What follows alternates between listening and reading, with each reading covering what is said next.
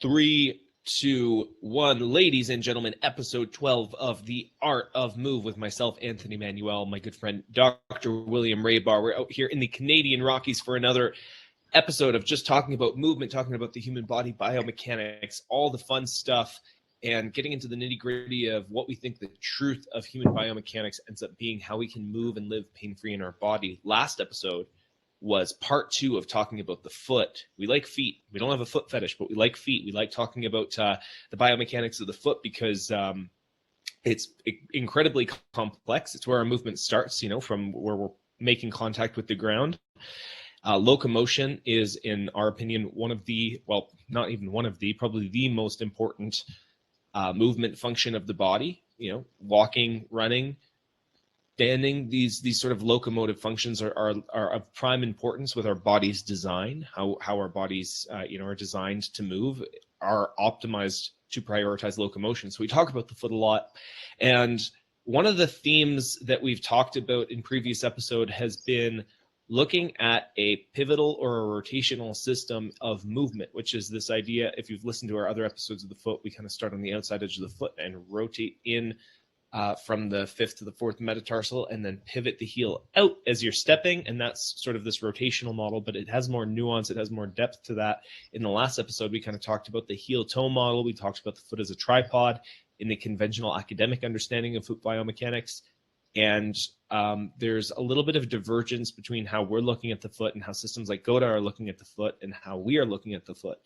And I know, Will, you want to just talk about some specific differences on this episode and kind of make some clarifications from the last episode as well. So what was, when you listened back to our last episode, what were some of the things that you kind of wanted to clarify from some of our previous conversations? Yeah, I kind of wanted to go part by part and clarify what I think each part is doing or theoretically should be doing, right? Because we can only either watch somebody do it and then comment on what's happening, right? This may diverge and will diverge from what's, ideal, right? So I want to talk about what most systems find ideal and how I differ from that now. Okay, part by part, and then I'm going to throw it together, right? Because it really only makes sense. The major difference is the pivot point. It's a pivot point system, meaning that if I drew a line, like let's say I put a stake in my foot or a giant, giant stake in my foot, and there was a line up from there, my hips are pivoting around that stake. Okay, so my foot stays in the ground, the hips are pivoting around that. Now, it's not that dramatic in real life motion, right? The pivots are small. The faster you go, the more pivoting there's going to be, okay? And the more rotations of the hips.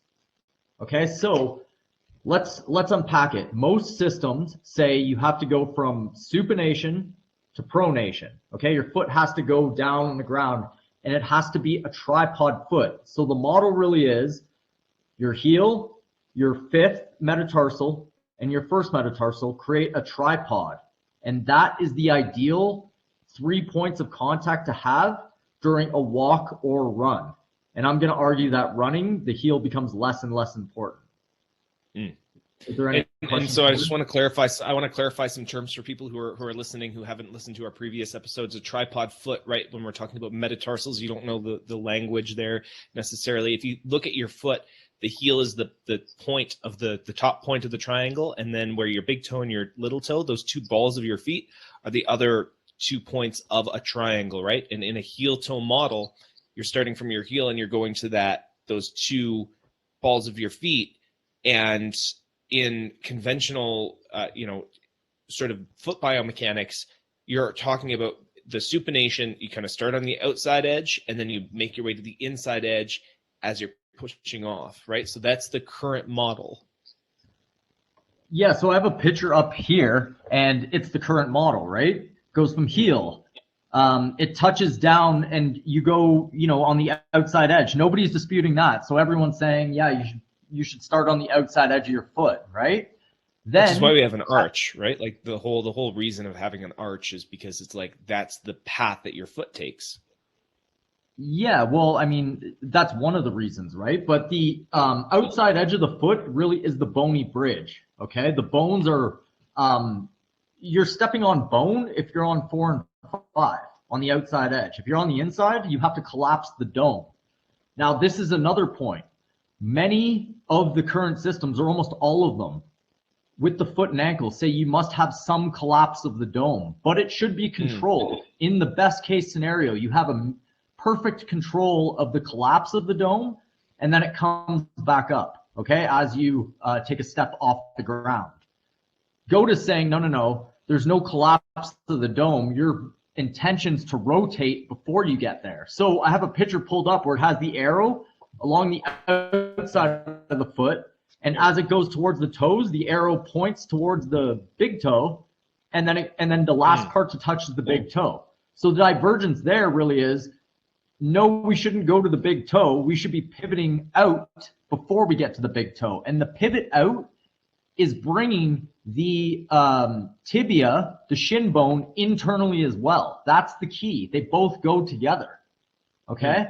But in the linear model, they actually don't go together like that. There's no rotation out of all of the bones at once, okay? So under the new system, the one that Goda uses, or the one that I've been really testing out for the last 6 months and have found great success, is that the heel out really is taking the shin bone with it, okay? So you're internally rotating everything at once. The old model says, no, you need to collapse to the first metatarsal, basically the big toe, and that's what turns in the tibia into internal rotation. So both are going from external to internal rotation of the tibia. Goda, the tibia is going with the, like a pivot point, okay? Yeah. The heel is going out because they're all spinning together. And in the regular model, you're collapsing in on the big toe, and that's what's bringing the tibia in, or helping to bring the tibia internal.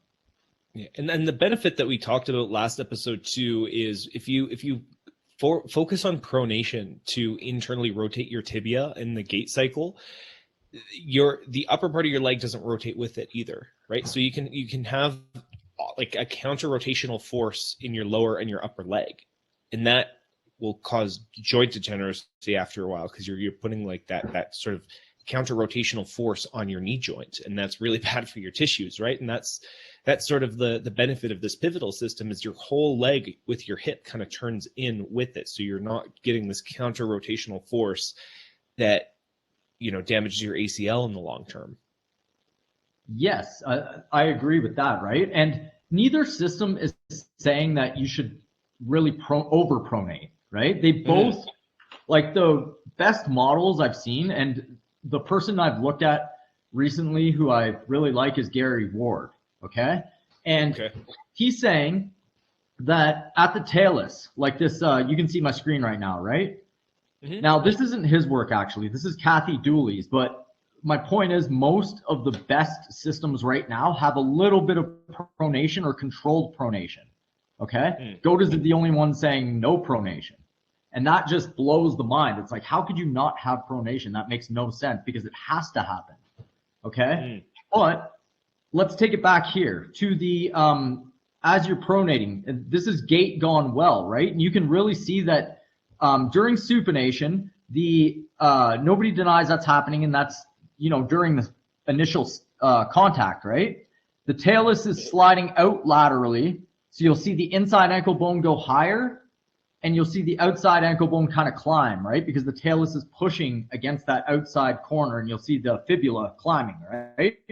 Nobody's denying that. But as you go in and take your step, the current models say the talus has to slide it back towards at least neutral. And that's what you see most people do, actually. So that's all true, right? And then that's the perfect step, okay? Because then you have a little bit of controlled pronation. You have the first, the fifth, and the heel down at the same time, and that creates a perfect tripod and a perfect step, okay? Now, nobody's going to deny either that that having the talus or the navicular, which is in front of the talus, collapse too much, that isn't a problem. In fact, I've heard Kelly Starrett say that in the NFL, if you want to be a rookie in the NFL and somebody sees, or the what do they call, the scouts see that your navicular drops, you're automatically worth way less. Like your chance of injury is going way higher, right? So that person's going to be injured within the first 5 years because his navicular is touching the floor. There's definitely a correlation. No physio or chiro, I think, would deny this. It's just a question of how much should it drop, right? The best systems right now are saying neutral. Go to saying at best, the best you can do is have no drop and make it a perfect pivot system.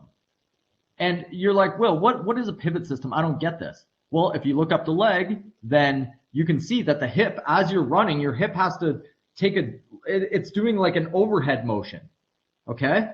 But because you're like one foot's in front of the other, it's actually turning from side to side, right? Like the pivot, or sorry, the hip.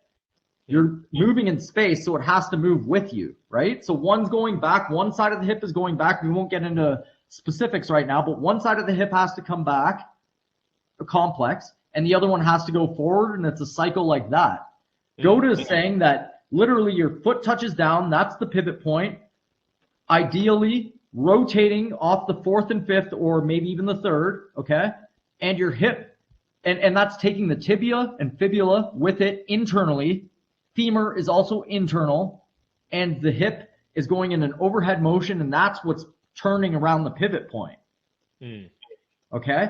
So that's the lower body mechanics. And if you don't have that completion of the pivot point, then yeah, you can, you'll do some wild stuff. Over pronation, your hips aren't going to be moving in the right motion, so there's going to be unnatural pulls of let's say the hamstring, which they, you can see in Usain Bolt on his, I think it's his left side, right? Where the hip's not turning the way it should. It gets stuck in one plane for one or another reason, and the muscles have to slack fast, and you have a higher chance of pulling a muscle. Okay? So that's really where that there was a lot there, but it's really a pivot point system. That's the new model, and I don't think many people are going to understand this until they try it. Yeah, I agree with you. It sounds too like the two systems have the same direction of force. It's just how you transfer or disperse that force after, right? Where the sort of academic model seems to be like, well, disperse it out your big toe and let that windless mechanism kind of like bounce your soft tissue a little bit to propel you forward, versus rather than absorbing the force through your soft tissue, it's sort of disperse it through letting it release out the end of that pivot, like let it spiral out of that pivot so that your joints and your tissues are not directly absorbing that force, is kind of what it feels like, right? There's always going to be force absorption to some degree, but you're kind of letting it's almost like the water off a duck's back thing. You're sort of letting it roll off that spiral as opposed to roll into your tissues for the bounce. Yeah, if you want to recycle energy, this is like a 50,000 foot view. If you want to recycle energy, things have to go in circles or semicircles. You have to, when I'm punching, like if I want to throw a hook and I want to do a next hook, I got to do a circular motion with my shoulders. Okay? So I'm recycling that energy. It's not ending. In the rotary model, that's exactly what's happening. Under the linear model, the energy kind of ends when you go off the big toe, and then it comes back the other direction. Okay, so it's linear. It's coming forward or down and back in the same direction. Where the rotary model is the foot's starting to pronate, but then it takes a turn, and it's taking the tibia and fibula with it. Okay, and that's taking the femur with it. They're both going at the same time. The hip does an overhead motion around that pivot point. That's the key right there, right? So you're right. In the regular model, there has to be a absorption phase, which is pronation, okay? But the absorption in the pivot model really is pivoting itself, having that rotary intent, okay? So before you would have to collapse the talus a little bit in order to absorb some force, collapse the arch and the talus a little bit and go towards that big toe. because that's the force absorption. But you don't need that with the pivot system because the pivot is the force absorption itself. So this is interesting because this would also change how you would design a prosthetic for, say, an adaptive athlete who's running a sprint, right? I'm going to share my screen real quick and show you what I mean. Like if you look at some of the, like I have a friend who's an adaptive athlete and she has like a gazillion different leg attachments depending on the sport that she's doing, right? But like you look at the sort of design of this and it has that spring forward where it's like again, it's that linear transfer of force, assuming a linear transfer of force. Wouldn't you say that you would have to design a prosthetic differently than just having that linear absorption? You would have to have it accommodating that rotary pattern? Well, I think this could be a pivot as well, right? I don't see why not. Like the pivot is not much, okay? Like it's not like I'm going to see it. I'd have to frame by frame it, okay, to really see what the hips are doing. But there's no like, I don't think anyone actually disputes that when you're running, your hips do a turning motion, right? Like your whole hip complex is going back and forth. It's going through space forward, but it's going back and forth according to if your legs are forward or backwards, right? So you don't actually have to, like with that prosthetic you just showed me. Yeah. One, it would change everything because it's such a large prosthetic, right? And two, you can still have the turning of the actual hip complex without seeing too much at the actual foot. The indication of it happening in like when you have a real foot, like an organic foot, is basically your heel turning out, right? So you would probably see the similar thing happening with the prosthetic, just a small turnout at the end. So let's talk practical because this is something like you said, it's not going to be something that anyone really gets until they experience it. And I know I've experienced it, right? I started doing it. First of all, what do you think codes someone out of this pattern? If this is like an inherent pattern, right? Like I pulled up this video. This is one of Ricky Stanzi's. He's on No Filter Net too. But you can look at the sort of pivot system. He's talking about going on the outside edge when you're stepping. It's this rotation that happens. You can see his leg bowing, and then he steps forward. Yeah. As he comes forward, his knee will come in, and as his knee and his hip and everything comes in, the heel goes out, right? You see it pivot there. Yeah. Right. So it's that pivoting that happens. And you can see his shoes too don't have a sole. They basically don't have a bottom on them, so that it can accommodate that rotary pattern a little bit. And it can accommodate having that free movement in the foot. Like a lot of shoes, like the front part of the shoe will be really stiff. It'll be hard to kind of actually get that ankle, that heel up position so that you can pivot on that outside edge of your foot. So obviously footwear plays a pretty big, I mean, if you think about most footwear, they have these big padded heels. They have these like big, soft, accommodating soles and everything. He's showing you the wrong pattern now, but what do you think really screws someone over in terms of getting foot patterning wrong? And then what are some things that people can start doing, aside from going barefoot and actually drilling it? What do you think people can do to kind of start experiencing it firsthand for themselves? Yeah, and this is what's interesting because this is where I've looked at other people's work, and even if they don't have the pivot point model and they're like, don't overpronate or don't over supinate, they usually give pretty good advice. And that is to control your foot.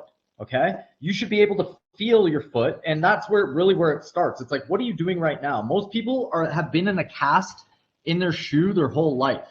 Okay. The shoe's basically a cast. You're not feeling the ground. Most people's feet, and I'm talking on the therapy end from a chiropractic point of view, most people's feet are completely messed up. It's rare for me to see someone's feet who are actually, it's like, wow, that's actually a good platform to push some power off of. It's pretty rare. Okay, so most people are starting off on a not so great point. First thing would be to start feeling your foot. What is it actually like to touch all the metatarsals, like the right below your toes, the heads of those bones? What's it like to feel them hit the ground? Can you get them all on the ground at once? Can you feel that? So again, I don't even need to use the rotary component at the start. It's too much in terms of foot. It's just feel where you're at now. Can you get your foot straight? Are you duck-footed now? Are you pigeon-toed? What's happening at the current moment? So basically, you want to bring everything into to be able to touch down on the outside edge and roll in towards the inside edge, but control it so that it doesn't go too far. I would say for most people, that's a very good place to start. Now, again, it has to eventually go from the outside edge to a pivot point. That is way harder to do and a little bit more advanced. That takes, most people haven't even heard of it, first of all, okay? So it's going to be really hard to teach right off the get-go unless you do it one-on-one or get someone to buy in, okay? So that's why I say most people's advice right now is really good. Just control your feet, make sure it doesn't over-pronate, make sure they're not pointing too far in the outward direction, try to have them pointed straight, second toe straight, and try to just feel what it's like to control the roll in and roll out of the foot. It's like it almost reminds me, when you called the shoe a cast, right? And our feet have so much sensory input data that it has the possibility to kind of read, because again, our feet are the buffer, the barrier between us and the ground. And it's supposed to be able to read a lot of information about the nature of the ground that you're walking on. But because we have worn shoes and worn socks and worn all these things that sort of desensitize us or buffer the sensation, most people, when they go walk barefoot on the dirt, it hurts their feet a ton, right? And it almost reminds me of that scene in The Matrix when Neo first gets unplugged. He's like, "Why do my eyes hurt?" And Morpheus is like, "Because you've never used them." Or, it's the same sort of thing. It's like, why can't I feel like, why don't I have any control of my feet? Well, it's like you've relied on shoes and you've relied on these other external or exogenous support systems for you to, have this function of your foot. And even, you were saying that you've trained your feet for years, still kind of notice some of these collapsing patterns and some of these tendencies that still occur, without thinking about it. And it's, yeah, you've trained it for years, but you've also gone how many decades even wearing shoes and wearing and training your heels into the ground, training and patterning these other things in yourself, right? I got frustrated the other day because I was recording a sprint and I noticed, some pretty intense pronation patterns. As my speed increased, my ankle bone started collapsing in and I started getting some of that not a tremendous amount of valgus, but I definitely noticed that my pattern started to break down. I'm like, well, I've also, spent the last 10 years deadlifting heavy weight and focusing on and literally thinking about heel toe patterning when I walked, because I thought that's what I was supposed to do, right? And now, so when you use the analogy of when you're doing a heavy back squat, and you're going like way past the point that you would normally go, that's when your technique starts to break down because it's so heavy and it's harder to keep technique. It's the same thing when you're going fast or you're running super fast. It's harder to maintain your technique under speed. In the same way, it's harder to maintain your lifting technique under load, right? So these are things that it's incredibly nuanced, and the reason that maybe the emphasis on foot control in systems like GOTA, for example, are so present are because it does break down in emergency situations. And the more you've done repetition of the old patterns, the more likely you are to fall into them in emergency situations. It's interesting. You reminded me there that there's I can't remember her name, Dr. Emily Spintal or something like that. EBFA Fitness is what it is. And I've looked at her work, and she's really into the feeling underneath the foot, how the brain connects to, or in spinal cord connect to the foot. So under her model, you're still hitting that big toe, still going off the big toe, no rotary model or anything. But her whole thing is that your foot has to feel the ground, and that has a core connection through both the fascial end of it and the neurological end of it, to get your hip to hold in the proper way so that you're balanced at the hip. So basically the feeling from your foot connects to, if you can hit the first, fifth, and heel all at once, that connects fascially and neurologically to the hip and core, giving you the good position, okay? By having the muscles fire at the proper sequences. Now, I don't know if I buy this completely. I think it works more in a stationary model. Again, like if I grip the floor with my first, fifth, and heel in the stationary plane, it works pretty well. You can feel your hips start to fire and your glutes start to fire, and things work, right? So you can gain a lot of tension like that. Again, where that breaks down for me is when you start walking. Having the first, fifth, and heel come down perfectly as you walk is pretty hard to do. I would argue much harder than having a rotary intent. Mm-hmm. So if someone wants to, this is really interesting because I'm always thinking of like, okay, well, how do I train this? The way that I used to train things like this is I'd look at the individual joint components and I would try to train the individual joint components. Like, for example, we're talking to Keegan Smith of APG in a couple of days, and a lot of the thing in their system is sort of breaking down the individual components. There's a big emphasis on conditioning the ankle joint and then conditioning the knee joint and then the hip joint, but it's all in isolation so that it'll translate into more functional movement by having this range and this freedom in different in these different joints in different ranges of motion. I used to do that a lot, but I'm also realizing that integrated movement training is almost as, if not more important than actually conditioning the joints in their individual segments, right? So if you're thinking about how to train a rotary model, I realize that foot control is really important and you can and should train that in isolation. However, it's really hard to. It's really hard to just like isolate your foot in the context of actual movement. And even if you do, I have very, very strong feet and I have very, very good control of my feet in even in slower movement patterns like sled push-ins and different things. But as soon as I speed up, I break it down, and I'm not entirely sure if I should focus on isolating my foot more or if I should train in a movement capacity. And I'm always curious about the training applications of some of these ideas. Yeah, well, it depends. Like, here's the thing. If you have somebody one-on-one who knows what they're doing with you, you can really dive into the nuances of the foot and, work the articulations and the bones. And you could be like, okay, the calcaneus is everting, the forefoot is pronating. You could do all those sorts of things and nitpick. But overall, the cue I would start with, no matter who you are, is try to roll on the outside edge, okay? Try to feel what it's like to be on the outside edge and control to the inside, okay? If you can do that, you're already in a pretty good spot, okay? Roll from the outside and control it on the inside without having the arch collapse too much, okay? And again, that jives with every theory that's out there so far. Then you can start turning it into a pivot system when you understand how that works. So for me personally right now, I've been using the pivot point system. I actually do something called toe drags. I was trying to find a video of it, and I will eventually, but basically what it is I flip my my heel out to a point where the top of my shoe is dragging on the ground.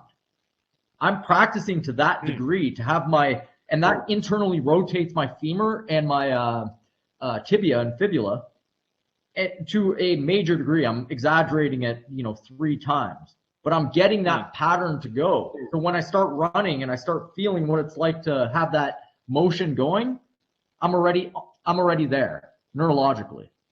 You know what I mean? So that's what I'm doing after, 3 years, but I had to really dive into the foot. Luckily, I have an understanding of it that goes beyond what most people would have, but I had to really dive in because my feet were messed up. I was in ski boots, soccer cleats, multiple rolls, a dislocation in the ankle, fractures, everything. You know what I mean? My feet were a complete mess and my muscles were powerful. So I have tires that are worn down completely. Oh yeah, here we go. Toe drags, right? Is that what this is? Toe line drags. Yeah. Okay, yeah. This is exactly what I do. Yeah, so this term, in GOTA, BAM has this, I think it's the GOTA locomotion traveling course. And it's literally just a whole series of different locomotion patterns that you can practice that will encourage GOTA patterning. And you can see it's sort of this, he's dragging his toe line to encourage that heel out pattern. Not only is he doing that, but if you went back to the start there and he was really exaggerating the whole thing, take a look at what his hips are doing, okay? Maybe not that one. It was one he was on his right there, okay? See what his hips are doing? They're climbing over, okay? That's actually what's happening as you're running, ideally, but way less than he's doing right now. So he's just exaggerating all the motions that are happening during your gait, ideally. Okay, but he's going all the way up to the hip level. Yeah. Or right? even just that part right there. Whoop. Yeah. It rotates, it kind of corners in and then bows out. Yeah, and this is why I think Goat is correct about this. Like in an ideal, they're moving up to the knee now and going, it should be pointing out 22.5 degrees. And you're like, why 22.5? That makes no sense. Okay. Make it 30 degrees, make it 20 degrees, whatever you want, right? But it's pointing out, ideally, in a lot of great athletes, and it rotates in. And you'll notice that the heel also comes out. That is the bones coming together. They're going from out to in, external to internal. Okay, and the hip is going with the overhead motion on the same side. It's going backwards because, or I shouldn't say it's going backwards. Relatively, the front leg is forwards. So relatively, the back hip is backwards, okay? I don't want to go that far, actually, okay? So every time you turn your heel out, your tibia, fibula follow, so does your femur, and so does your hip. And they're all going in the same direction. That's the whole point. Why have the bones go in different directions? Why have them in the linear model when everything's rotary when you look up top? It doesn't make that much sense to me to do it that way, but in application, it still works. And the thing is, when you look at slow-mo, most people are collapsing. 99% of the population, even great athletes, would argue that you can make them even better if you taught them the pivot point, right? Right. We don't know because no one's done it, right? No, exactly. Yeah. And it's just adding extra efficiency. Funny, you're watching this and you're like, how could this possibly be beneficial just looking at it? But when the reason that he's making it so dramatic is so that your nervous system can actually just, like, if you over dramatize something, actually, I'll use a simpler analogy. If you train yourself to lift 30 pounds, it'll be easier to lift 15 pounds. So if you train yourself to over exaggerate the motions, it'll be a little bit easier to, have the good patterns that you're in there. Also, when he's dragging his foot there, he has to travel on the outside edge of his foot to that pivot point before his foot flips over and he starts dragging with his heel away, right? So you're training that outside edge very, very easily. Yeah, I like that drill. Just the exaggeration of it gets me in the mode to do that, right? And I do drills where I'll take this even farther and just my hips are turning. You know what I mean? I'll hold my lower body still and I'll have my hips do a ridiculous overhead motion, right? So I'm training each part to have their articulations, and then it's a dance between the joints as I go. The faster and faster I go, the more important it is for the dance to be correct. And that's why I think the pivot point's the best, because I'm already starting off on the right foot, no pun intended, right? The heel is pointing away. All the bones are spinning in the right direction. I ideally don't pronate my talus because my heel's doing it for me. I'm already pivoting the whole system. And that's, again, what's missing in the mainstream model is there's no pivot of the whole system there. It's linear. It's like, no, you have to put the foot down. It makes no sense. Like, what are you going to only go off your second toe, stop, and then come back? Like, that makes no sense. Well, but that part, if you say then come back, well, then no, like, it doesn't make sense, right? In that context. No, well, yeah. So the main argument is that you won't see the pivot point practiced by anybody except for Goda at this point. Like it as a practice, as a practice. So basically, again, if I just drew an imaginary line out of somebody's foot, am I seeing the hip go around that imaginary line? Do you know what I mean? In a circular motion. So again, if I'm on my right foot, imagine I plant my right foot down. The foot becomes the pivot point. And I'm going to talk ideals here. I roll towards my fourth and fifth. I'm on the outside edge of my foot. Then I start to pivot everything, okay? My talus doesn't collapse. My heel points away. My tibia and fibula go with it, and they're turning internally. At the same time, my femur's going internally, and then my hip does an overhead motion, and it goes internally. It's going more circular, but it's going internally and climbing over that imaginary pivot point, that stake coming out of my foot. Everything's going around the same direction, around the same corner. I'm not going to talk about what happens with the upper body yet, but why not have everything go in the same direction? Then I catch the energy on the side, repeat the process. It's like a turning one side to the other. And if you catch it properly, it's like free energy. Add in the spinal engine to that, and it feels amazing. Like, I know that I'm on the right track here because it feels way better. You know what I mean? Like, over a long term, I'm spinning, I'm pivoting, I'm using the natural rotations of my pelvis and my foot to help me out with movement. So where it really shines as well, having the inside ankle bone high, coming off the fourth and fifth, rotating the tibia, fibula, and femur together, is when I'm not going in a straight line anymore. I have to pivot around things. I'm trail running, I'm cutting and moving. That's when it really shines. Okay, so both systems will work. Which one's better? To me, from feeling it, from really knowing, and I've gone 3 years barefoot, doesn't mean too much, okay? It means my feet are fairly strong in the sense that they can walk over things and the tissue's strong, right?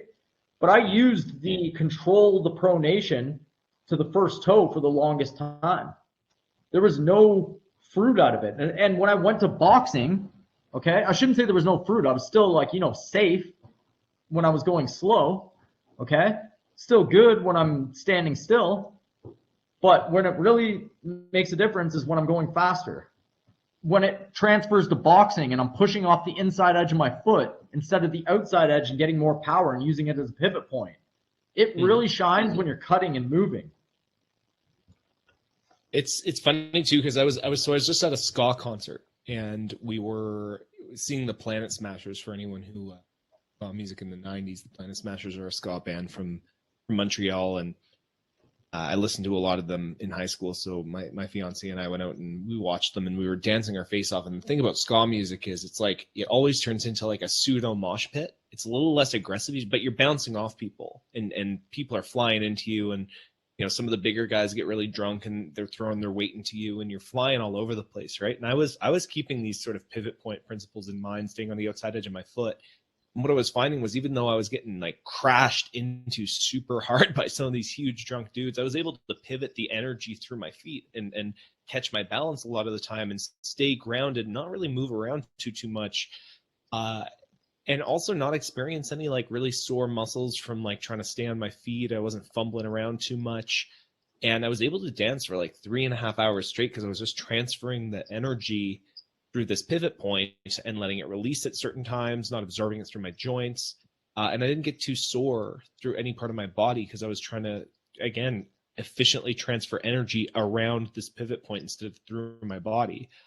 And I found that really interesting, because now I'm not even thinking about my own weight transference. I'm also thinking about an exogenous weight transference knocking me off balance, and not, like you said, that cutting thing where it's like all of a sudden, I'm dancing one direction, some guy knocks into me and I'm flying to the left, that idea of, again, trying to not let energy transfer through your body and knowing the ways that you can rotate around a pivot point so that the energy gets released instead of going through you and having to absorb it through your tissues makes a difference.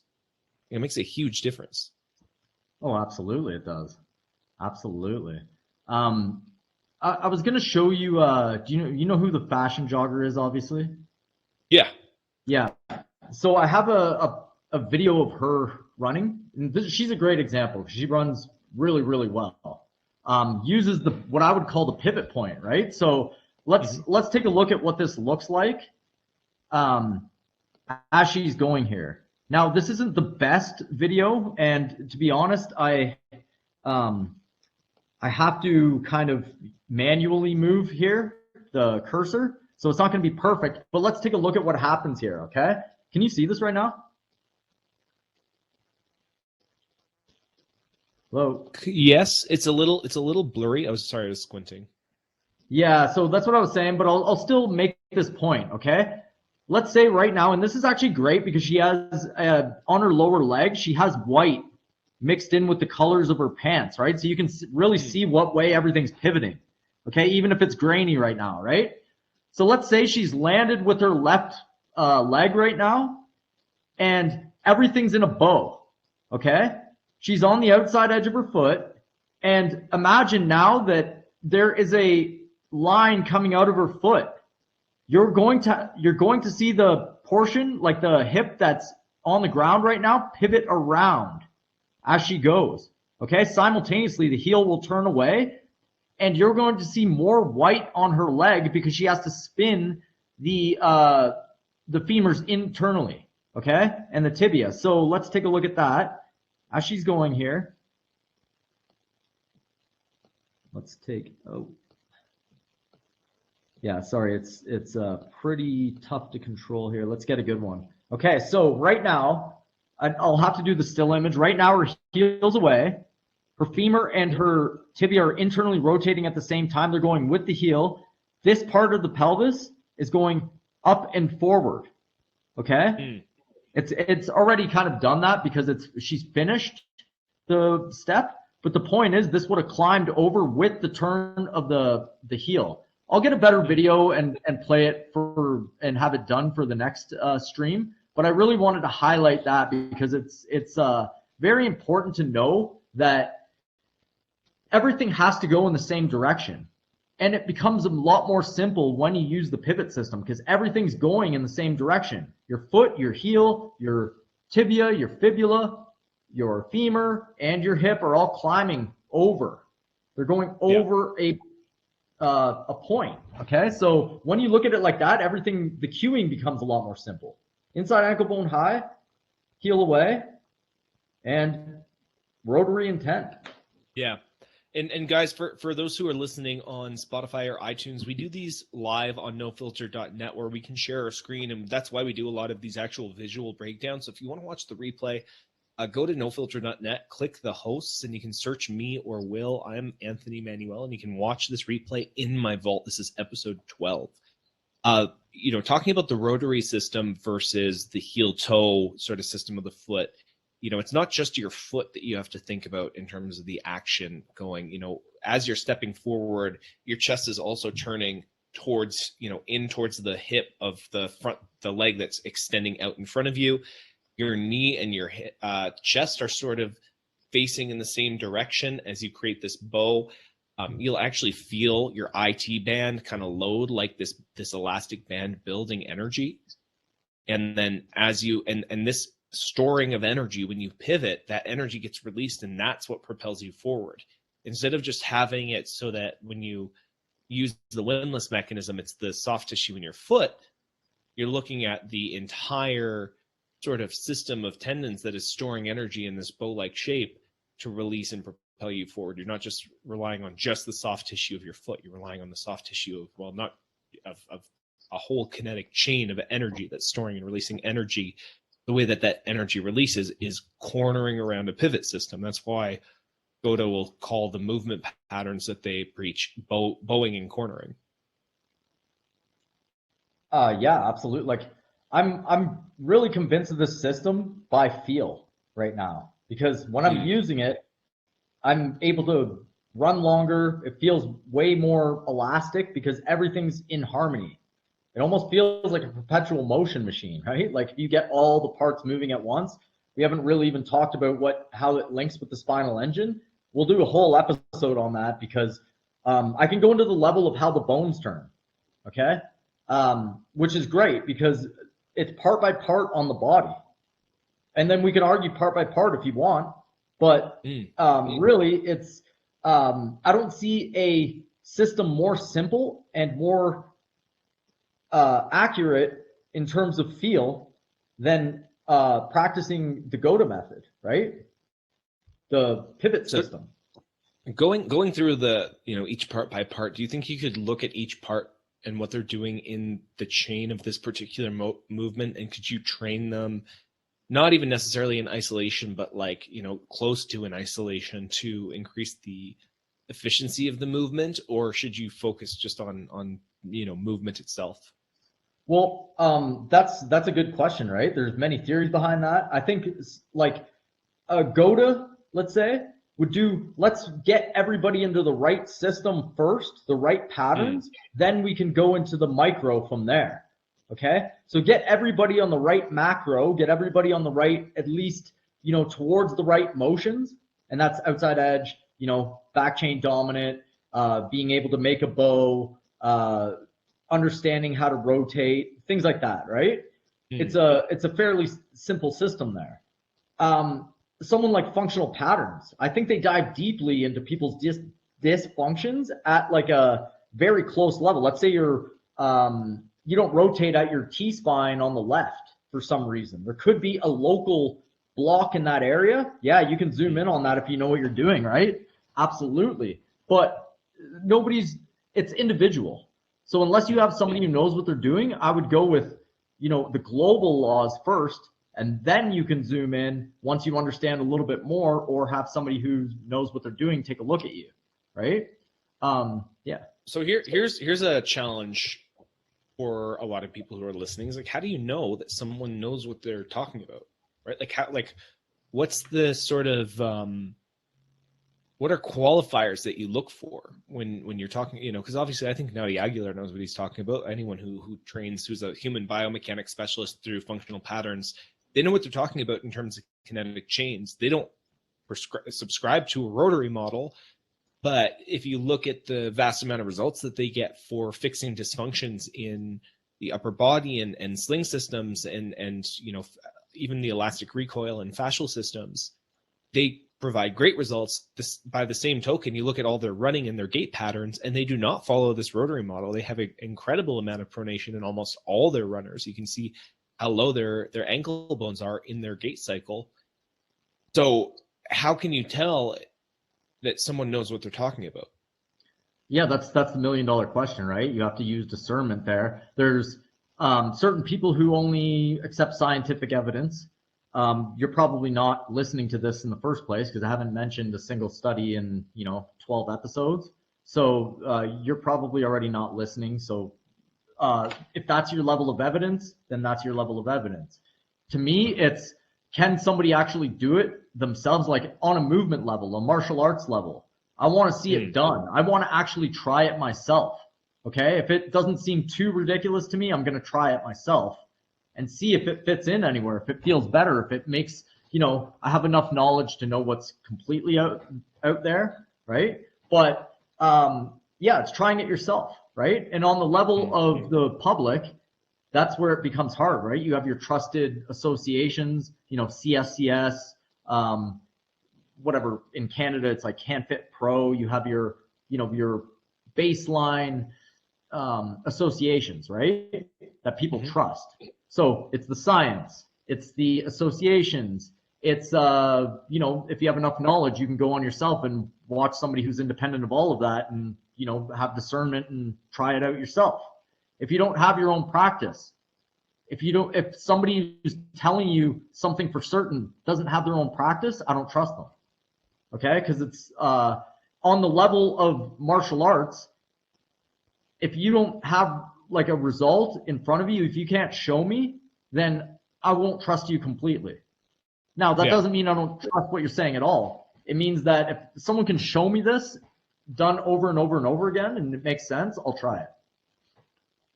And that, that does make sense. I do think that, if someone is doing it themselves thing can sometimes be an unreliable marker for whether or not a person is reliable. Some people are incredibly genetically gifted and they have a natural, some people are brilliant at what they do, but they're piss poor at explaining how they do it, and that's the thing is they might be able to have the physical ability, but their actually ability to translate it into a practical process for achieving the same result is not quite as reliable. And that, the common example I think of is like you look at bodybuilder magazines where you get these juiced up dudes telling you to do 3 sets of 10 in the bodybuilding magazines with no actual, hypertrophy science. It would never work for a natural athlete trying to look like these juiced up bodybuilders, right? It's almost like an appeal to authority fallacy. I agree. I'm glad you cleared that up too, because what I'm actually meant was it's different in a biomechanical sense. If somebody's telling me, let's say, pivot off your outside edge, I'll show you how to do it. Look at these other people doing the pivot off the outside edge. I'm like, okay, I'm going to try the pivot off the outside edge.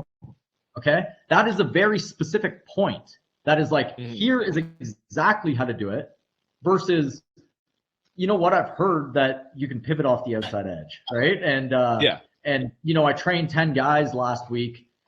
Try it, right? That holds less clout to me, right? If you can show me that, and it's not like even if all those scenarios are filled where you can show me and I can see it. If it doesn't work for me over a long period of time, I'm going to dump it. Take what's useful, disregard the rest, right? So I'm glad you clarified that, because there's a lot of bro science that can be like, do 10 sets of 10 and you're going to grow. I'm not actually watching it happen. You know what I mean? It's not the same as like pivot off the outside edge, have intent away in a rotary model, and I can actually see it over and over and over again, get the kinesthetic sense from watching it, and do it myself for months at a time and say, oh, there's something to this. I don't know exactly what it is because I don't have this model in my head. I've learned a completely different one. So I actually had to go from the old model or the current model to this new model against all sense in my head. You know what I mean? In terms of the actual like models behind it, because there is no rotary model out there that I've seen that says go around a pivot point. Except for Go to the first one, right? Yeah, exactly. Now, I wanted to go back to what you said about Naughty letting the inside ankle bone collapse. Okay. Now I do think that you can do that. Why not? It works. You can see people doing it. Is it the best way to do it? Now I do think you can train that to be an elastic maneuver over a period of time. If you were to train enough bounce in that end range and not use the pivot system, it'll still work. You can still train those tissues to be elastic, like that. Let's say you go onto the big toe and you can bounce out of that. That would be less harmful than somebody who's slapping down that doesn't have that control. So both things would work. This is interesting. What are you seeing here? So this is pre-training. This is post-training. So this is the results that he's getting. And I'm kind of looking. Naughty.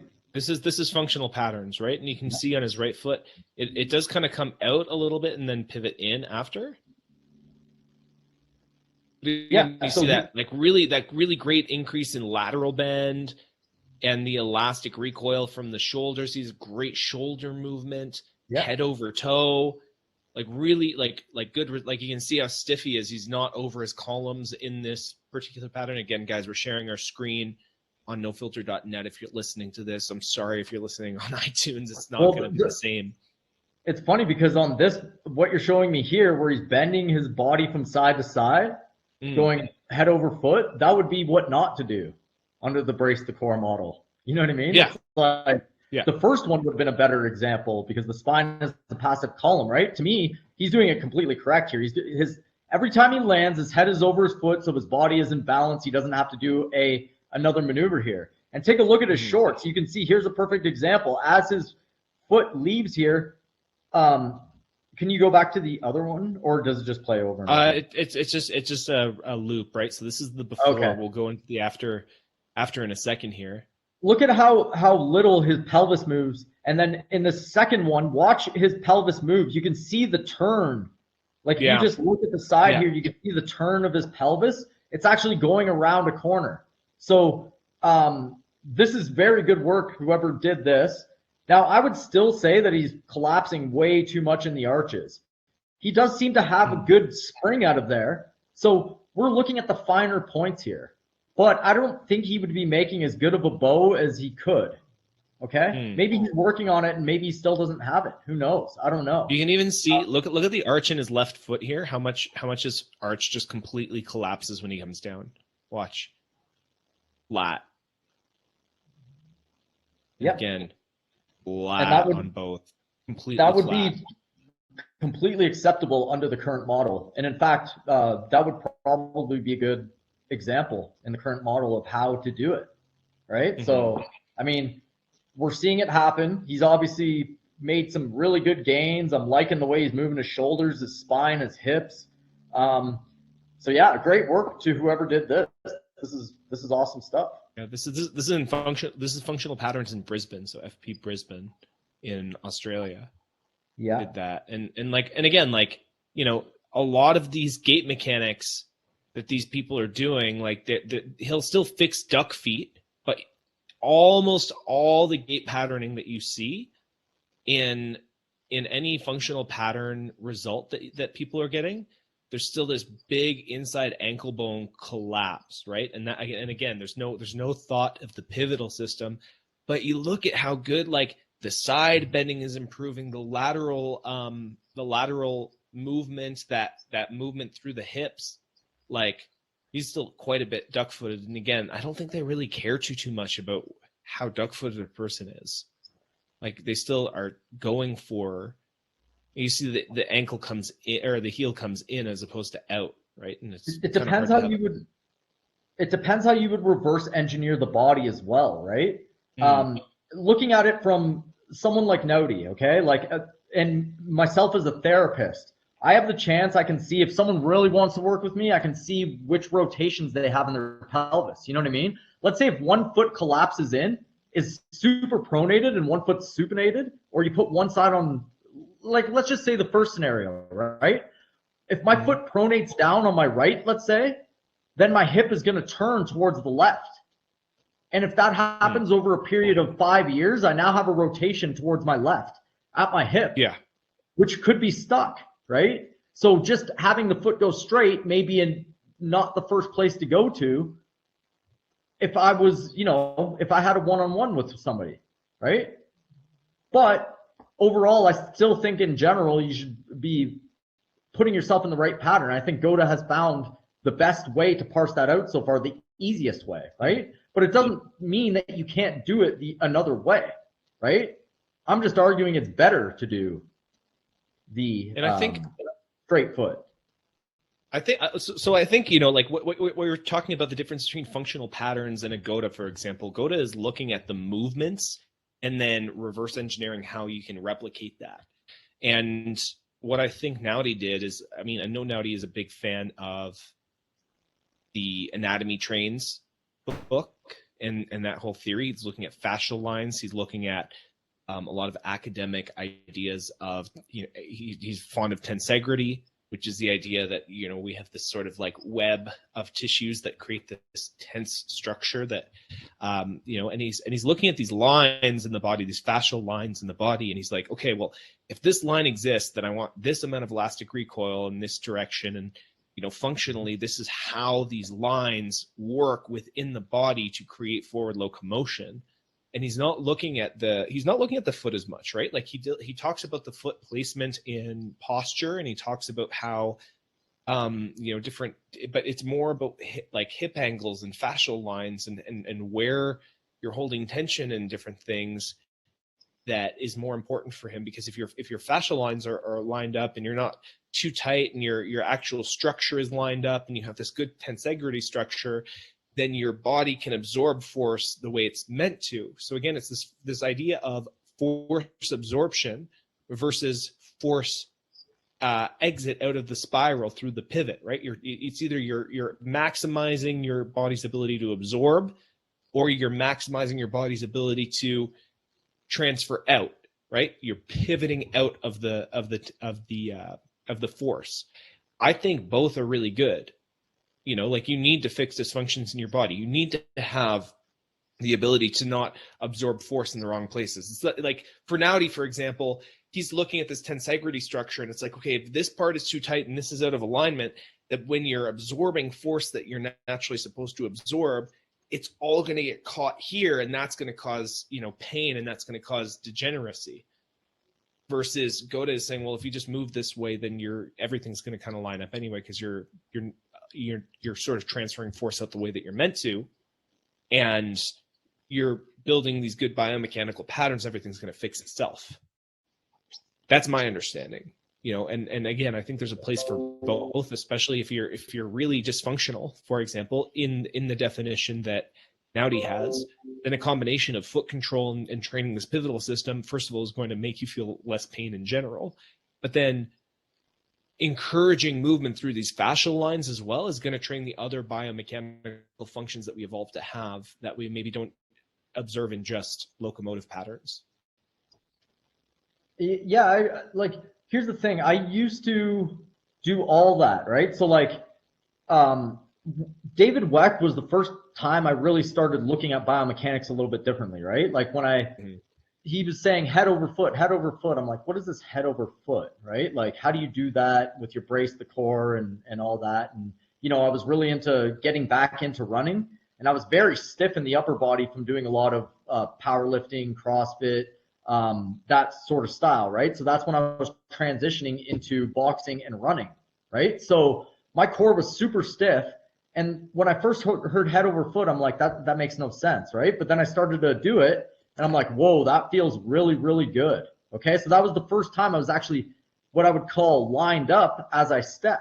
Okay, so stability never really exists. You're passing your energy from one side to the other, and that's what the head over foot thing is. Okay, if my head's in the middle of my feet or not aligned with my foot, I'm not in balance at that exact point. I have to get myself into balance somehow before I can take my next step, or I'm out of balance, one of the two, right? So having your head aligned with your foot as you step and allowing your body to move naturally from side to side, it doesn't have to be a lot depending on how fast you're running, right?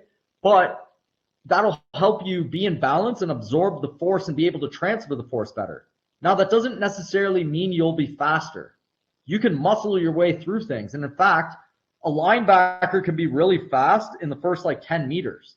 You know what I mean? Like, most of the most muscular people are probably fast 5 to 10 meters.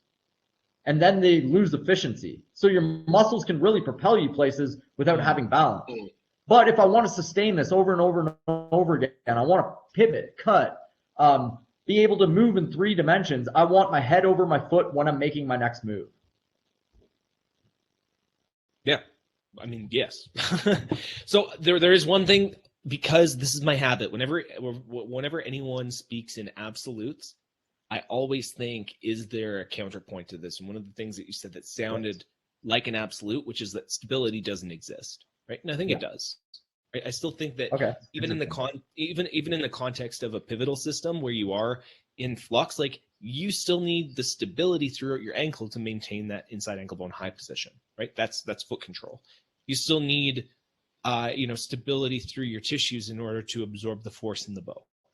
You still need stability in certain parts of even if you're not absorbing the force directly, you still need the stability to maintain the positions, right? And stability, I think, maybe it's just the way it's defined. You know, what, when people say they need more joint stability, what the hell? What are they talking about? Well, that's my whole point. You can withstand force without your joints popping out. Stability does exist to a degree, but the way that we think about it is okay, well, you might not have enough joint stability to withstand 4,000 pounds of load trying to displace your knee joint, but if you had that much stability, you wouldn't have the fluidity. Stability and fluidity almost seem like counter ideas. It's the spectrum, right? You want enough fluidity in your joints so that you can move in this pattern, but you want enough stability in your joints that you can still maintain these shapes that create this energy wave back and forth, right? So when you say stability doesn't exist, I think the definition of stability is this ambiguous, nebulous term that is poorly defined and is one of those jargon words that is thrown around by a lot of fitness professionals. Like, oh, I don't have enough joint stability. It's like, what the fuck do you mean you don't have enough joint stability? Like, define that for me, quantify that for me, show me exactly what you're talking about. How do you measure your joint stability? Well, that's a great point, right? Like I did speak in absolutes, but I'll back that up by saying that how stability is used in terms of gait or in terms of movement, you're never stable if you're moving. Okay, you have to have basic stability to make sure that you don't crumble, right? The higher the force goes, the more stability you have to have, but you're always in motion, so that stability is always moving in a point of time. Okay, stability as it's defined right now only makes sense or makes the most sense if you're lifting weight and standing still. The more force you have to exert standing still, the more stable your body has to be. Okay. Now, when it turns into a movement and your joints have to dance in synchronicity, right? Then that's when stability as it's defined right now doesn't make sense to me. It's more of a harmony, a synchronicity, never a stability. The stability really comes to me like I would say it's landing and leaving your run, right? Let's say you're in slow motion. I slow-mo your foot coming down. Are you in a stable position as you land? Did you hit the checklist? Is your head over your foot? Are you on the outside edge? Are you absorbing nicely? Are you in a bow? All those things to me can be defined as stability. You're stable at that exact point, but then you got to leave it. It's got to become unstable again. Okay, so in terms of how stability is used, it's anti-rotation training, stability training. Be as stable as possible. Hold your body stable against these forces. But in reality, your body is unstable and having forces go through it and absorbing forces from the ground. Okay, so there's never really a stable position when you're in motion. It's always motion. So rather than saying that stability doesn't exist, you could just say it's irrelevant for locomotion in motion. You know, like when you're actually in movement, the concept of stability is less relevant. You could say it is somewhat relevant because like if you're trying to keep your inside ankle bone high and you roll your ankle, basically you slip it out and it just kind of rolls open and you tear something, right? You could call that like an unstable joint that's not no, I'm not saying that unstable joints don't exist. Yeah and that's that was the only thing that I wanted to kind of jump out and be like, all right, like if we're going to speak in absolutes, I want to make some clarity, right? Like it might not be relevant, and I see your point, by the way. The point that I see you're trying to make here is that when most people are like, say someone has a Bosu ball flipped upside down and they're trying to keep their foot steady instead of having it like fly all over the place. You're trying to keep that. People would say, I'm trying to keep my joints stable, right? In motion, you're freaking moving your ankle joint through all kinds of different things. You're trying to move the joint through that force transference so that you don't absorb it completely. The more stable you are, the more you just have to fully absorb force, versus if you're moving your joint in a less stable way. It's like I remember when I was hiking, someone was telling me, it's like, oh, if you fall and you start rolling down the mountain, try not to stiffen your body up because it'll make the impact so much harder. You want to stay loose and you want to relax so that some of that force can transfer out of your body. That it's the same sort of idea, right? Like if you're stable and you're stiff, it's like when I was powerlifting and I tried to run because I was so stable, quote, through my joints and my hips and everything. Every step that I took was like this jackhammer going through my foot all the way up to the top of my skull. So what you're saying is the stability component, it's like, the counter rotational stuff, all that makes it more difficult for you to transfer force out the spiral efficiently and makes you more apt to absorb the force through your body. And that is not a beneficial thing at all. Like the prioritization of stability over the prioritization of good patterns and learning efficient force transference is sort of the misguided effort. Well, that's a great point you brought up there with powerlifters. I would say they're the most stable. Like a big power lifter with like 300 pounds, he is stable, okay? But can he run? Is there a dance between the joints? Have you seen a power lifter run? If I was to watch one sprint, it would be, I guarantee the step would be super hard. Those stable joints would be stable. However, it would not be graceful at all. There would be very little synchronicity. And if you want to debate that, that's fine. But I was saying that there has to be, of course, a little baseline stability. Okay, like the joints just can't pop out everywhere. Let's go a little bit deeper into that, actually. How would stability really be defined? Like, let's say a Naudi would say you would have to have the basic joint angles correct, and you want your fascial net to be holding your joints in the proper space as you move through space. Do you know what I mean? So it's really the fascial integrations between systems, between, like, let's say lines of tension in your body that can hold joints into place. An easy example is the fascia in your low back. Okay, so when my lats are pulling tight and my glutes are pulling tight, that is pushing the thoracolumbar fascia down, and that can hold your pelvis into place. There's stability, right? And it really makes a difference when you're powerlifting. You want your lock in your lats, lock in your glutes. That's going to hold your low back tight. That is a very stable low back, but trust me, you won't be able to move it after a while. You're going to lose those intricacies. So yeah, you have to have some baseline stability, and you can look at it in different ways, but it's not stability as defined by anti-rotational training, holding your core as tight as possible, brace the core, extremely tight joints and muscles and fascia. That's not stability in any movement model that I would want to be part of. So I just looked up, I literally just went on DuckDuckGo and searched up joint stability, right? And I was like, okay, what are some definitions? And I pulled up a few papers. One paper defined joint stability. Joint stability may be defined as the state of a joint remaining or promptly returning to proper alignment through an equalization of forces.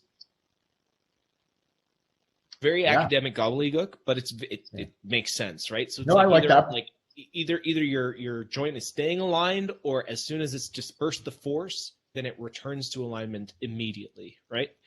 And I think the whole idea of returning to alignment afterwards kind of works in the movement model, where you're talking, it's like, well, stability doesn't really exist. Well, it kind of does, right? Like, because if you're moving through forces and then your joint alignment returns, and that you could consider that joint stability in motion. It's the return to alignment after the force is dispersed. Yeah, like I with what they're saying there, it's like as it disperses, then it goes back to alignment, is what it said? Or can you repeat it? So yeah. It's joint stability may be defined as the state of a joint remaining or promptly returning to proper alignment through an equalization of forces. Okay. So that equalization of forces, when does that happen? Because in motion, that never happens. Okay. That is a bunch of gobbledygook. You could just throw that in the bin. There's just a better way to say it, right? There's a better way to say it, that when you're in motion, you want your, and that's where the GOTA principles come into play. It's so simple, and it'll keep you in quote unquote alignment as you go, right? So, there's always, depending on what you're doing, there's a dance of positions that you're going to be more graceful in, that are going to cause less wear and tear, that are going to be more efficient for motion. I guess the definition of joint stability here, right, is like, it's begging the question of what is proper alignment and what is the equalization of forces, right? Those are two things that are left undefined in that particular academic gobbledygook definition. There is an academic theory that, like, you need joint centration. It needs to stay in the center of the joint as you move. I can buy this a little bit, because you don't want the joint to slam on either end. Let's say your hip, you never want it to slam in the front. You never want it to slam in the back too much. You want it to be somewhat in the middle and articulating on its surfaces that it's designed to articulate, right? Like the cartilage on cartilage, and not have anything bang up against the front or back. So let's say you're really imbalanced from one side to the other, or the front of your body to the back, or certain muscles are pulling too much. You may not have your joint in the center, okay? But when you look at what to do about it, again, I would go back to the 50,000 foot view, and the easiest thing I've seen is the go to checklist. Okay. If you want to zoom in on it, like a lot of physios or chiropractors would, and I would, if somebody comes in with pain and says, please get rid of this pain in my hip, I'm not going to just be like, do GOTA and leave, right? I have to like address the imbalance that's happening there, but rarely does it go further with most, therapists where it's like, what is actually causing this imbalance, or having to, well, I shouldn't say that. Everyone's trying to address that question. Has it been addressed to the point where it's not happening with people over and over and over and over and over and over again? No. And what we're doing right now is not working. Okay. It's not working to a large degree. So something else has to be done in terms of, we're obviously on the wrong map somewhere. Okay. Otherwise there wouldn't be so many injuries everywhere still. Okay. And when you say the map, because we've actually used that term a lot, the map, would you define the map as the sort of like collective definitions of biomechanics and structure? Yeah.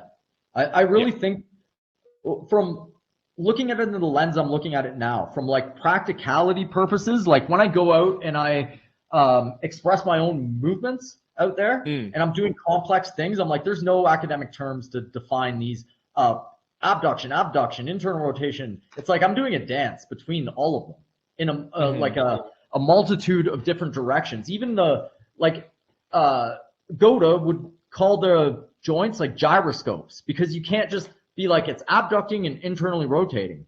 It's doing, in the ankle is another example here where you have a hinge, the talus is moving in a steering direction from side to side. You got the foot teetering. It's like all those things combined, you can't use the language of abduction, supination, pronation. It just doesn't work. Okay. No, it doesn't. And it works to some degree to describe things, to be like amongst, like a chiropractor physio, I can use the language to say this person hurts when they're, supinated or something like that. But when it comes to actual motions and complex movements, yes, it acts more like gyroscopes. Okay. And it, like the joints act more like gyroscopes, most of them, especially the spine, hips, ankles, the shoulders. There are multiple planes at once moving, and it's not as simple as this is, not in the center of the joint. It's hard because you're trying to define multiplanar activity using like single planar language, right? Like that's the ultimate challenge, right? Like the joke is, I was talking to Gary from the GLS training facility. The joke was that every time he says the word internal rotation, he has to put $1 in the jar, because it's not the right language for the things that they're trying to explain or the things that they're trying to teach. They're running into these obstacles and these roadblocks when they're trying to use language like internal, external rotation, supination, pronation, because it doesn't describe the actual rotary action of the patterns that they're really trying to advocate for. And I think that's also why, GOTA is one of the easiest things to hate on. It's very like transparently, I'm like kind of red pill, drank the Kool-Aid on it now. But when I first learned about it, I was like, the fuck is this shit? Like, this is like, these are some hippies just talking about spirals and math. And like, there's no, like, they don't have any scientific basis for the things that they're talking about. And they don't have any scientific basis because they're using a different language. Like you said, they're using a different map, right? And one of the things that I used to be a meditation instructor, and I used to be someone who used to try to guide people to spiritual or mystical experiences. And one of the things that was often useful in trying to teach people sort of mystical states was to explain that the map isn't the territory, right? The way that you describe the actual event is not the event itself. Like, you can't drink the word water, right? And when you're looking at movement, what happens is we have all these words and we have this map that is being confused for the territory itself. And we're confusing the descriptors of movement for movement itself. And that's screwing everyone up, frankly. That's a great way to put it. And I'll push back a little bit on what you said there, that GOTA doesn't use science. Now, they may not. They do. Well, let me clarify this, because it brings on another point. They may not use science in that the scientific institutions, what they're saying, they go against a lot of the theories, like I mentioned today. This whole episode was about that, right? But however, I would say they are scientists in that they observe movement all day.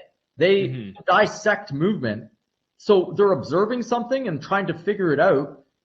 They may not use, scientific institution papers, and that's what people think science is. But who's more accurate? Somebody who watches slow motion all day and says, okay, this pattern I've seen 1,000 times now. Okay, there's something to it. That's science to me. Okay, that's somebody observing and seeing what's actually happening versus trusting papers.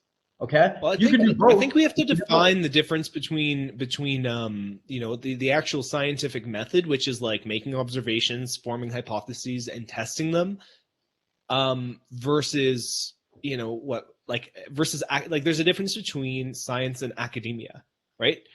And these guys are, well, they're supposed to be. Yes, exactly. The science is a method for discovering truth, right? And a lot of that is formed around observation and testing the hypotheses formed around observations.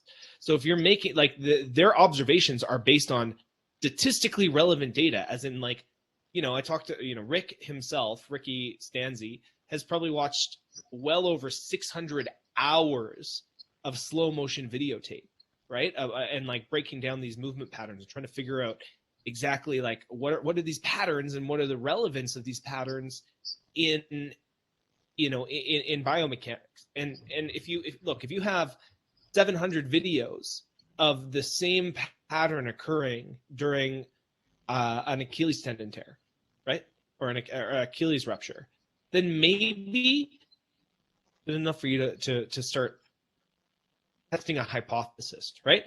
Now, yes, they're observational and they make really good observations, and then you could say that they're testing it. They don't have maybe the same scrutiny as the quote academic standard of the double-blind, placebo-tested, peer-reviewed study, but they are testing. They have enough use cases to show that they're reversing damage people's tissues and they're increasing movement quality and they're getting before and after results until that becomes statistically relevant as well, right? But I think the thing that I kind of want to hammer on here is there is a statistical relevance to what they're doing, even if they're not using academically popular language, right?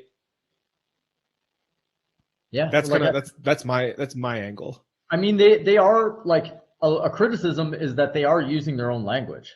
So it's right. An in-group. I mean, I'm sure functional patterns does that. I'm sure WEC method does. I'm sure a lot of these different FRC. I'm sure they use their own internal language. But GOTA's is completely different.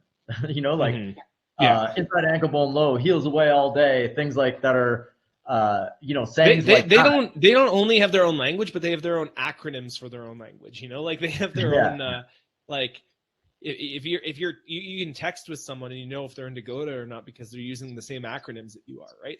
That's and a lot of them are not concepts in academia, right? Where all the best ideas and academia has had the monopoly on ideas for so long that it's usually what the consensus of the papers is the truth for movement. However, movement I can watch. I don't have to guess. I can watch it happen. And if I have the discernment, if I've watched it enough, I have an eye now. It's I can't deny my eye anymore. And this may be anecdotal. You don't have to believe it, but the fruits will be in the movement. So there's that as well, right? If you have your own martial arts practice, taste what is useful, disregard the rest. You'll find out what's true and what's not on your own. Use your discernment. Now it's interesting too, right? Because I think the whole direct experience thing can sometimes be a little bit misleading, as in the case for we've talked very minimally about stretching, for example, or stretching can provide some short-term relief to pain and muscles, right? But it can also create joint laxity and create tissue degeneration in the in the long term, right? So some people can start going to yoga and they'll feel really, really good, but then they do yoga for 30 years and all of a sudden their bodies are a total mess. And like I had the same thing when I was powerlifting, for example, and I was doing a lot of lifting and a lot of like explosive single planar movement. Like I felt like a beast. I felt like I could run faster. I could run faster because I had more output power in my legs, and I was like, I was just driving super, super hard. But what I'm skeptical of my own body's short-term feedback of things, because I also know that there are things that I don't necessarily understand about long-term implications of some of the things that I'm doing. And I always try to think about that a lot as well. Like that's a very important thing to right. So when you're thinking about what kind of feedback you should like, do you have a way to kind of test a little more rigorously whether or not something will have like good long-term benefits, or because for me personally, like even I went through the ATG system and we were talking about elasticity on Facebook Messenger the other day, and we were talking about, okay, well, like, yeah, you can train these end ranges, but are you going to have that elastic recoil that's important for fascia? You might have these structural adaptations with tissue length, but are you losing elasticity? In my personal experience is like, wow, I'm really springy. A lot of these guys who are doing ATG, they're basketball players and they're springy and they're able to, they're jumping, they're doing their dunks, they have their, they're balling really, really hard, right? And it's like, okay, but over the long term, if I'm training these extreme ranges of motion, is that going to screw me over? Am I gonna have less tissue elasticity and not know about it? I don't know. So do you have like a way to kind of safeguard against that short-term sort of personal experience bias? Or that's an amazing question, and to be honest, not really. Only because you have to have the right map, right? Like the right map to me is what humans are designed to do, walking and running, right? Like that is what I measure things against now. Okay, so I'm not measuring just force output, which is, right now it's squatting, benching. That's output of force, and somehow that's going to transfer into your movement. It's like you have to have the right map, and to me, it's gait mechanics, breaking that down. Best way to do it for me is to watch video. This isn't guesswork. It's not like in pharmaceuticals or something like that, you have to take a population. I can't videotape the pharmaceutical going into the body and tell you exactly what it's doing throughout a population of 10,000 people. But I can watch somebody move over and over and over and over again, as compared to, gait analysis, or as compared to the top level people that I've seen 1,000 of now and can see repetition of movement over and over and over again. Okay, so that's kind of how I discern it. It has to be through gait mechanics in my lens. Okay, now if you have a specialized sport you have to do, you have to specialize your body to do those things, and it has to go specifically. What do you specifically need in your sport in terms of tissue elasticity, in terms of joint ranges of motion, in terms of gait, running in 3 dimensions? What do you need? And if you don't have it, we need to get it for you, whether that be, through functional range conditioning, get your actual joints to move in that capacity, or whether it be through like an ATG where it's like you don't have the tissue range of motion to get through this, or whether it be a GOTA, being that like your joints aren't in the right angles, or whether it be like a functional patterns where they'll say your fascia is distorted, you can't get there. Okay, so it just depends on your goals. Again, the overlying goal for me is walking and running. Right. And so how much range of motion do you think you actually need for walking and running? In what area, right? Like not that much, not as much as people would think. Like again, I've had, I have metal in my left ankle and it doesn't dorsiflex that much, but I have pretty good, like I can keep my foot straight, I can rotate out, I can transfer that force. It's all there, but if I go to squat, I need a heel lift. Okay, because or slightly elevated heels, because I just can't push the metal past the, it's banging, right? So I suspect a lot less range of motion than is anticipated from just taking the joint and going, this needs 50 degrees, right? Yeah. Because yeah. it's not a linear model, it's a rotational model for me now. So I can rotate out before I need to hit that big toe, let's say on my step, and I don't need that major range of motion in the ankle anymore. So for the most part, not much. Let's say I was into karate and I have to kick somebody in the head. I need a lot of range of motion in my adductors and in my hips to be able to pull that off without compensating. So it just depends on your goals there. Mm-hmm. So will an excess amount of range of motion through your ankles doing something like that, would that be detrimental then, or would it be, would it as long as you're strong through that range, is it still beneficial? Yeah, I'd say so mobility, this brings on a whole new conversation, which is great, right? But you should have control of the ranges of motion you have, okay? And the faster you go, the more force you put in, the more control you better have, right? So my worry about, it's kind of the same worry as a yoga in that if you, I shouldn't say yoga, stretching, just like stretching your muscles constantly and having them really long, but not able to bounce back. So you've trained them to be really long, but not elastic. Okay, that could have problems with joint integrity because the joints that they cross, they're no longer holding the joint into place. Thoracolumbar fascia is a great example, right? If you disconnect your lats, it's going to have implications on your pelvis. Okay, same thing happens with joints. If I have joint laxity, too much motion in the joints, and I have to move them fast or rapidly, and my brain hasn't seen that motion before, it could be trouble. So in that case, if you are training flexibility and range of motion, I know like when I went, we're actually going to be able to talk to Lucas Aaron, who runs Range of Strength, and I did a certification with him. And a lot of the flexibility stuff that we did wasn't just static stretching or even loaded work, but he had a lot of kicks and bounces. Like one of the things that improved my hamstring and ankle flexibility the most was this movement called a head to toe, where you dorsiflex your foot on top of an anchor point, and then you kind of stack your hands. And the goal is to eventually bounce in and out of this hamstring stretch until your head is touching your toe. And it's, that's an extreme range of motion, but we were doing it through this dynamic way. And again, we had these high kicks and side kicks, and a lot of it was, very, very elastic and recoil oriented flexibility training. Would you say that's like maybe even objectively better to develop if you're developing flexibility and range of motion? Yeah, that sounds way better to me than passive stretching.